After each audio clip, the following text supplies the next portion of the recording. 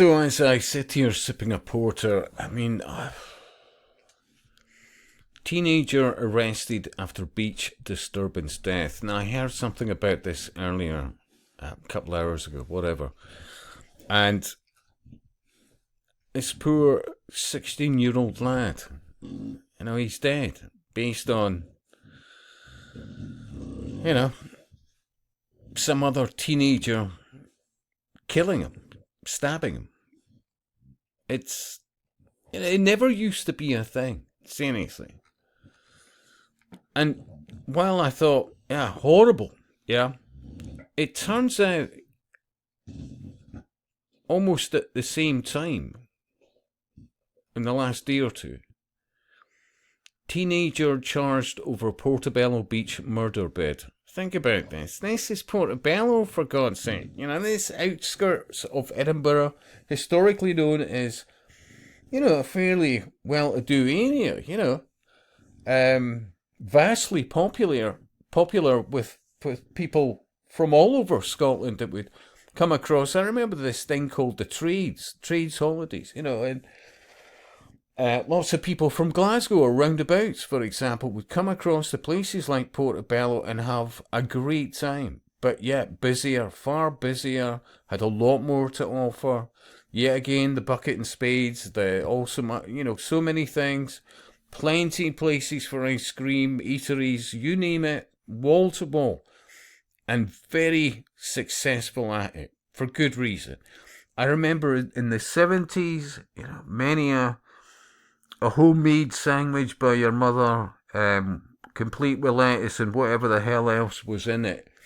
And you get a bit of sand blowing into your, and as you were munching away on it. There were still blissful days. I still absolutely say that we were a lot warmer as a nation. Yeah, that historically, we're certainly not getting warmer. We're definitely getting colder. But, we're off at tangents here. But now, beaches are now places that you need to think twice about. Think about this. Think about most people who are at least a few decades old.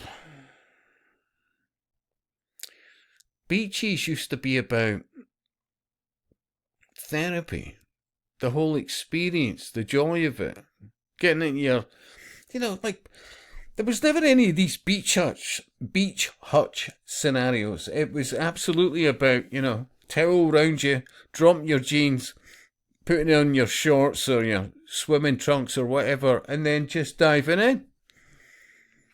All of that was the norm.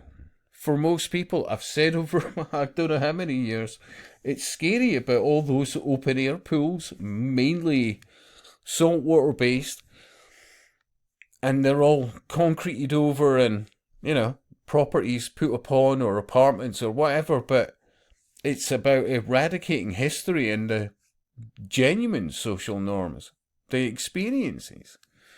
But now we're looking at places, even in Scotland, where you've got to worry about what's going on in the beach because you might get murdered. Yeah. And meanwhile, this, again, the Canary Islands, anti-tourism, blah, blah, blah. People scared to leave their hotel or their Airbnb because of hostility and mucks thrown about and sewage and, demonising the tourists. Connection, beaches, therapy sessions, sunshine, all the rest of it. Look, many of them may have a point about what used to be their areas. Far more traditional, far more catering to the locals as well as tourists. And now you've got Airbnbs, many expats going from wherever, and it's English this and English that, breakfast and shitty beer and, well, food as well when you think about it. Some of the places I see, I'm through vids, I'm like thinking it's like Western Hills with a bit more sun. Yeah, it wouldn't be for me, but it's a complex subject.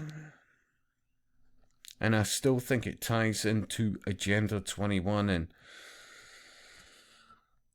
15-minute cities and 20-minute neighbourhoods.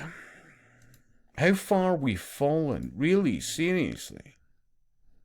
seaside towns, the length and breadth of so many countries were confident in their success, and the draw was the locals as well as the unique experience with certain common denominators, fish and chips, blah blah blah.